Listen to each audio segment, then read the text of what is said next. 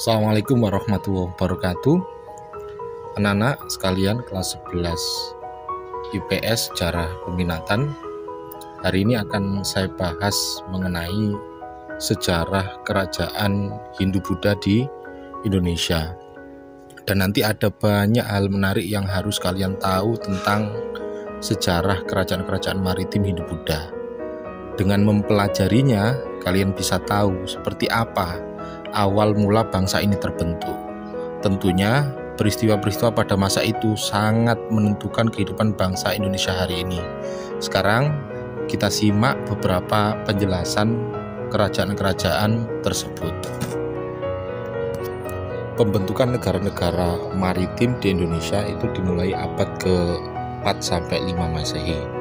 Pada saat itu ada pemimpin-pemimpin dari suatu kerajaan itu mendirikan sebuah daerah pusat, yaitu perdagangan, terutama daerah yang di sekitar pantai dan termasuk pada sebuah tempat yang sangat strategis.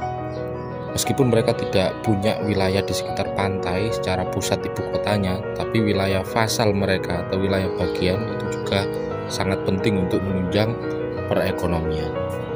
Sebagian besar pada sebuah kerajaan yang baru muncul dalam sebagian besar itu membangun kekuatan dalam bidang ekonomi dan politik mereka dengan berdasarkan aktivitas maritim. Oke, anak-anak sekalian materi yang kita bahas untuk pertama mengenai kerajaan-kerajaan maritim itu adalah kerajaan Kutai. Jadi kalau kita perhatikan memang dari sebuah literasi sejarah kita paham bahwa kerajaan Kutai adalah kerajaan tertua yang dari abad ke-4 sampai abad ke-5 Masehi. Jadi menarik sekali karena memang meskipun dinamakan sebagai kerajaan Kutai, tapi sebenarnya dalam sebuah prasasti yang 7 buah prasasti yang diterbitkan oleh Mulawarman, raja terbesar pada waktu itu, yang mewarisi dari nenek moyangnya atau mungkin pendiri dari sebuah kerajaan Kutai, dari Kudungga, kemudian Asmawarman dan Mulawarman, bahwa prasasti Yupa ini tidak pernah menyebut satupun nama Kutai. Jadi Kutai karena memang ditemukan prasasti Yupa ini ditemukan di wilayah Kutai. Dan sekarang Kabupaten Kutai, Kota Negara, tepatnya di Muara Kaman maka dinamakan sebagai kerajaan Kutai gitu ya. Jadi itu perlu diperhatikan. Kalau kita lihat secara aspek geografis coba kita agak perbesar peta. Ini di wilayah Kalimantan Timur.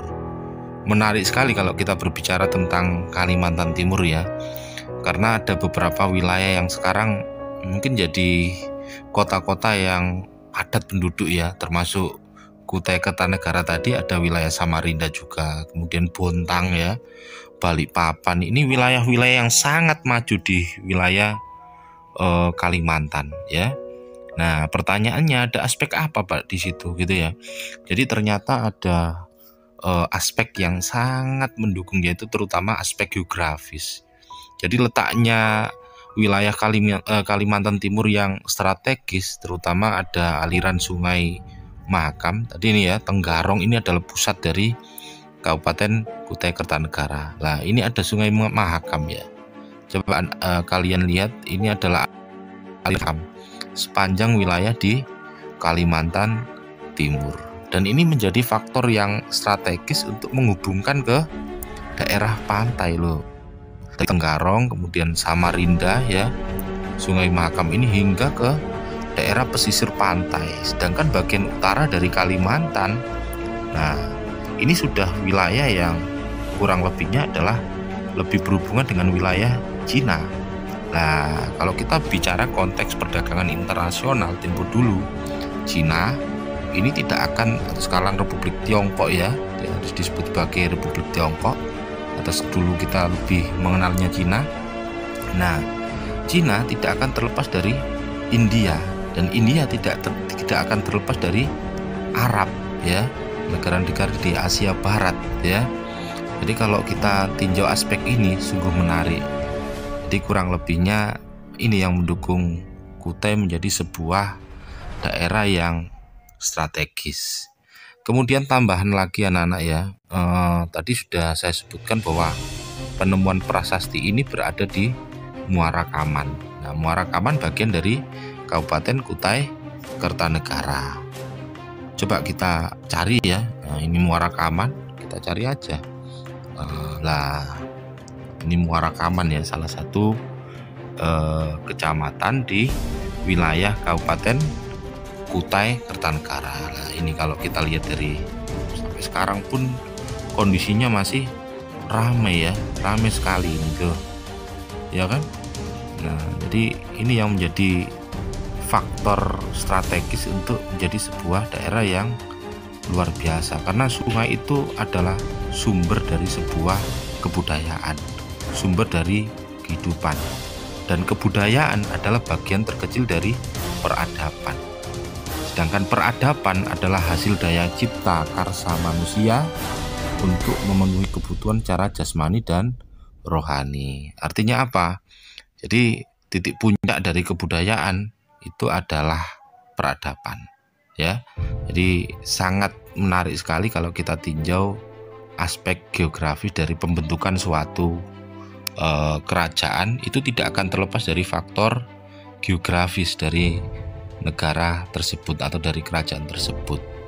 Jadi contohnya lagi ya, seperti kalau konteks sekarang kita lihat Singapura negara sekecil ini gitu ya, tapi pertanyaannya, kenapa Singapura ini bisa menjadi sebuah wilayah yang maju? Padahal coba dilihat, tidak lebih banyak wilayah Jakarta ibu kota kita ya, atau mungkin dengan Surabaya, lebih luasan Surabaya gitu ya.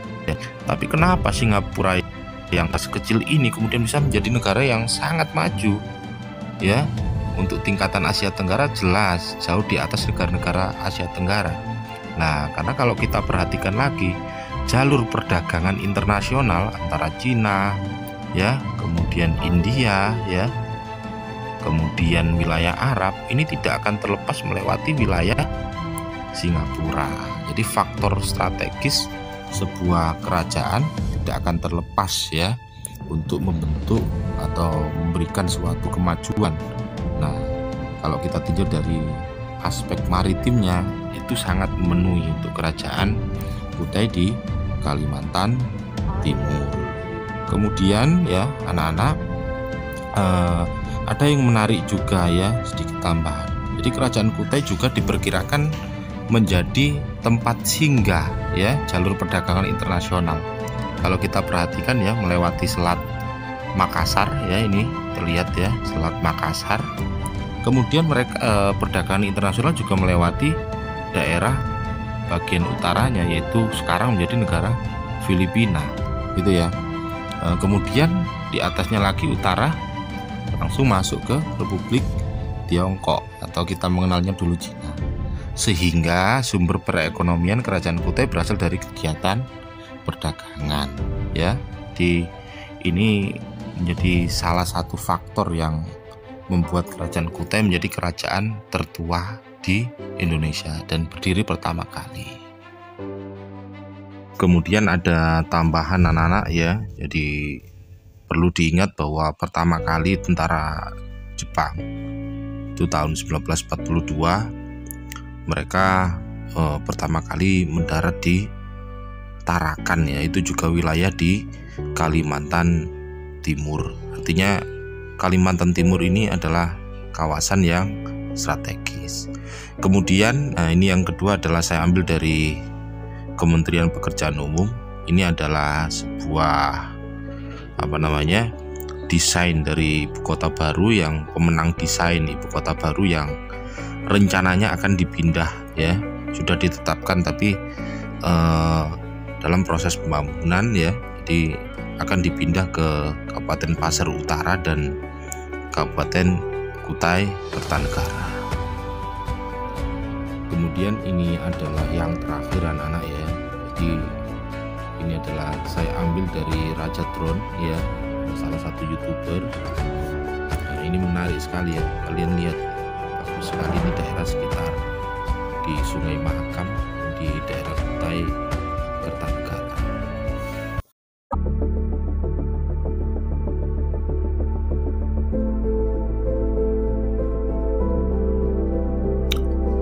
Oke, kita lanjut materinya. Yang kedua adalah Kerajaan Tarumanegara. Kerajaan Tarumanegara ini terletak tidak jauh di antara pantai utara Jawa Barat, dan diperkirakan wilayah Kerajaan Tarumanegara itu meliputi Provinsi Banten, kemudian DKI Jakarta, dan Jawa Barat. Kerajaan ini mulai berkembang pada abad ke-5 sampai 6 Masehi di bawah kekuasaan Raja Purnawarman. Jadi memang kalau sesuai dengan analisis prasasti yang ditemukan ya, jadi memang tidak pernah ada prasasti itu yang membahas raja lain kecuali Purnawarman, kecuali naskah Wangsakerta ya, yang tidak sejaman, peninggalan dari kerajaan Cirebon ya, Kesultanan Cirebon. Jadi itu beda ya, jadi tidak sejaman, cuma di situ disebutkan silsilah raja-raja di Tarumanegara. Jadi berbeda, tapi kalau secara prasasti, seluruh prasasti yang ditemukan di Kerajaan Tarumanegara, peninggalan Kerajaan Tarumanegara, itu tidak pernah membahas satupun mengenai raja lain selain Raja Purnawarman. Itu patut dipahami.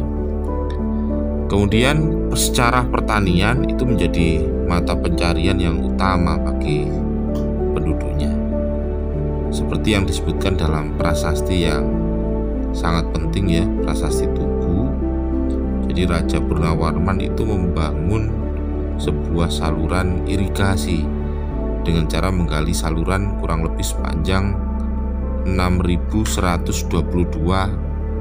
tumbak ya, tombak atau tumbak. Itu kalau dihitung secara kilometernya ya, itu 11 kilometer. Pembuatan sebuah saluran irigasi ini sangat dirasakan manfaatnya oleh masyarakat. Jadi Raja Purnawarman itu sangat diagung-agungkan oleh rakyat. Karena apa? Karena adanya saluran irigasi ini memberikan dampak yang besar ya, ada peningkatan ekonomi masyarakat karena berguna sebagai sarana lalu lintas perdagangan baik lokal maupun internasional. Selain itu juga ia juga menjalin hubungan ya, baik dengan Cina atau sekarang kita kenal Republik Tiongkok di masa dinasti Tang. Ini terbukti dari adanya ya catatan seorang pendeta bernama Fayen ya, yang terdampar di Pulau Jawa pada tahun 414 Masehi atau abad ke-5 ya, 414 Masehi atau abad ke-5. Dalam catatan itu disebutkan bahwa masyarakat sekitar sudah mendapat pengaruh Hindu India. Raja dan sebagian besar masyarakat memeluk agama Hindu. Beberapa juga ada yang memeluk agama Buddha dan animisme. Jadi kalau kita bisa simpulkan, maka intensitas perdagangan antara Tarumanegara dengan wilayah luar itu ada. Berita lain mengenai keberadaan hubungan antara Tarumanegara dengan negara lain ya di luar, terutama Tiongkok. Ini ada sebuah berita, namanya adalah berita dari dinasti Sui ya. Dinasti ini adalah dinasti yang pernah memerintah di wilayah Cina. Menurut laporannya itu menceritakan bahwa tahun 528 dan 535 telah datang utusan dari Ptolemy. Nah, ejaan Ptolemy ini diartikan sebagai Taruma yang terletak di sebelah selatan dari Cina. Kemudian yang ketiga adalah berita dari dinasti Tang, juga menceritakan bahwa tahun 666 telah datang utusan dari Ptolemy. Oke anak-anak, itu adalah contoh ya, dua kerajaan maritim Hindu Buddha ya, yang keduanya memiliki kesamaan pada ranah sumber perekonomian. Baik kerajaan Kutai ataupun Tarumanegara itu rata-rata masyarakatnya mengandalkan sumber perekonomian dari sektor pertanian dan perdagangan. Terutama hal ini konteksnya mereka adalah lebih ke arah maritim. Dengan dibuktikan ya dengan contoh yang sama ada hubungan cara spesifik ya dengan daerah Cina yang di Asia Timur. Oke, cukup sekian saya akhiri. Assalamualaikum warahmatullahi wabarakatuh.